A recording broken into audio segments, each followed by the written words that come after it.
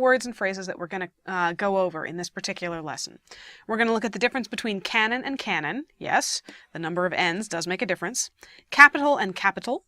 Complement and complement. Connote and denote. And we got some D words, desert or desert and desert.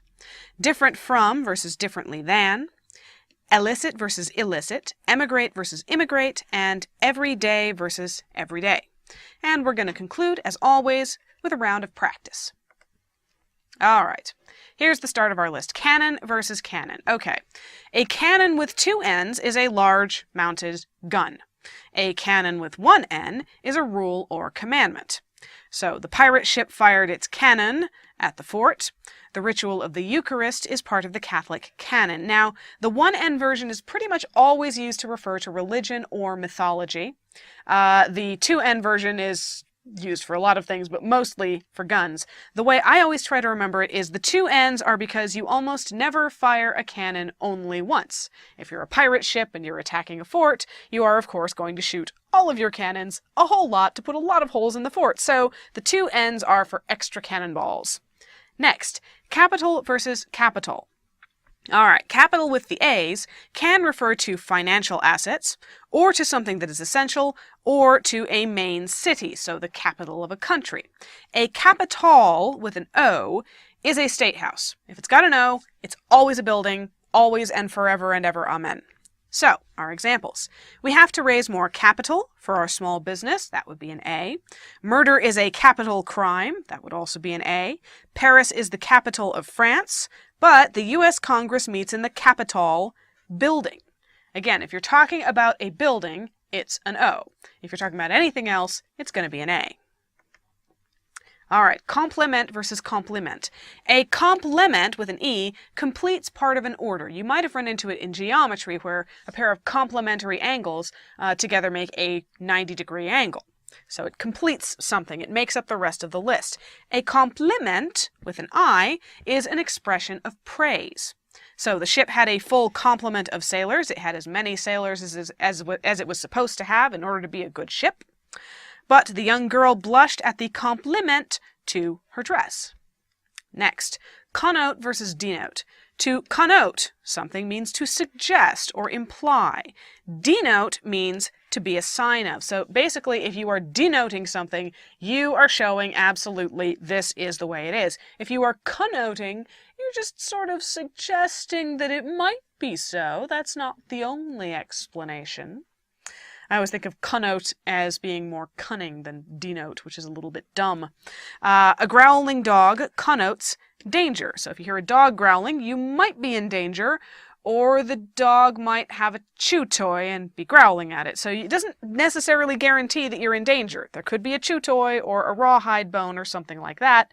But smoke on the horizon denotes a wildfire. If you live in the American West and you see a big column of smoke coming up over the horizon, you know that the hill is on fire. No other options. All right, next, dessert versus dessert.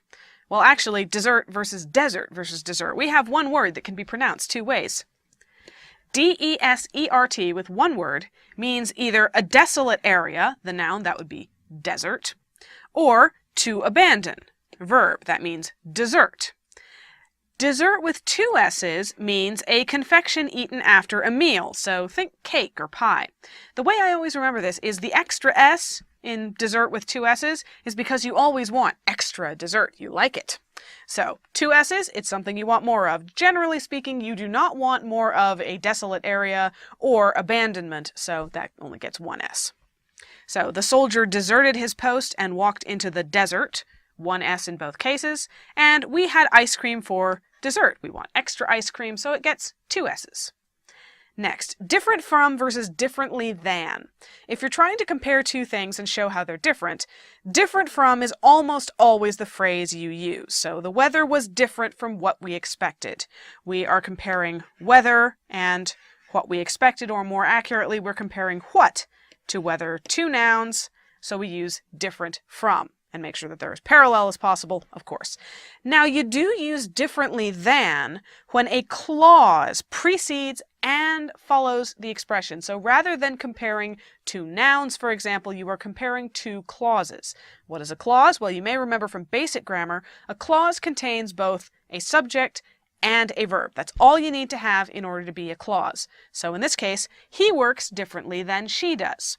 He is the subject, works is the verb, she is the subject, does is the verb. You're comparing two clauses, so you can use differently than. All right, elicit versus illicit. This one drives me up the wall. Elicit with an E is a verb meaning to evoke, extract, or draw out. I always remember it because that one starts with an E, and there are so many words having to do with out that start with E, like exit and egress and exodus. So I just remember that the E very often means out, or to pull out, or push out, or draw out. So elicit with an E means to draw out of somebody or something. Illicit with two L's is an adjective meaning illegal. Just remember that they start the same way, I-L-L, I-L-L. So, the electric can opener elicits a response from the cat. If it helps any, just remember the electric can opener elicits. If you've ever dealt with a cat whose food is normally opened by an electric can opener, all you have to do is push the start button on the electric can opener, it goes vrrr, and the cat comes running in because he thinks you're feeding him. So, the sound of an electric can opener can elicit a response from certain cats. But, by contrast, methamphetamine is an illicit drug. It's illegal in the United States and in most countries where it's refined. So it is illegal, so it is illicit. It also makes you kind of ill, if that helps you remember it at all. Next, emigrate versus immigrate. This is another one of those EI things. Emigrate means to exit from one country in order to live in another.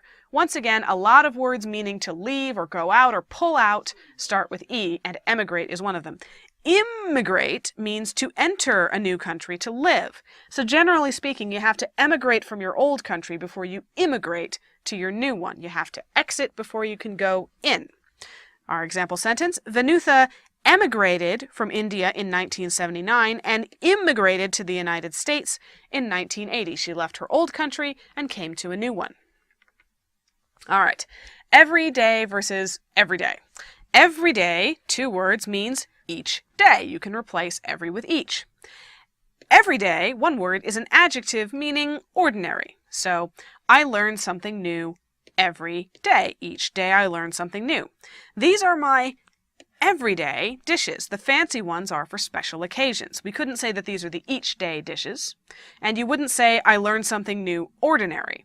So they have different meanings. You use them in different ways. Don't mix them up. All right. Let's do a little practice. You've got a series of sentences. Choose the correct option to go in each one. I drink a cup of tea every day in some form. Tired of living in Australia, Michael decided to either emigrate or immigrate. It's very hard to elicit or illicit a reaction from you. I cook different from or differently than my mother does. That pile of ashes connotes or denotes a recent campfire.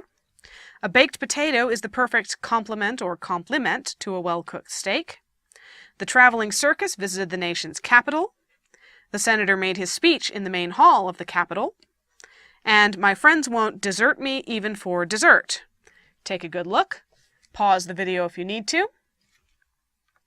And here are the answers. I drink a cup of tea each day, every day, 2 words. I don't drink a cup of tea ordinary. I drink a cup of tea every morning. Tired of living in Australia, Michael decided to emigrate. We don't say where he was going to, only that he was leaving Australia, so we use the E version. It's very hard to elicit a reaction from you. Just remember the cat and the electric can opener. I cook differently than my mother does. In this case, we're comparing 2 clauses. I cook, my mother does. Comparing 2 clauses, so you can use differently than. Trick question. That pile of ashes denotes a recent campfire. There really aren't a lot of things in the world that cause a pile of ashes other than a fire of some kind, so denotes can work. A baked potato is the perfect complement to a well-cooked steak. Just think that they go together like 2 complementary angles. The traveling circus visited the nation's capital. We are probably talking about the city in this case, since fitting a circus inside a state house would be a little bit of a problem. So we're probably talking about the capital city. But the senator made his speech in the main hall of the Capitol. Main hall was your clue. If it has a main hall, it's a building.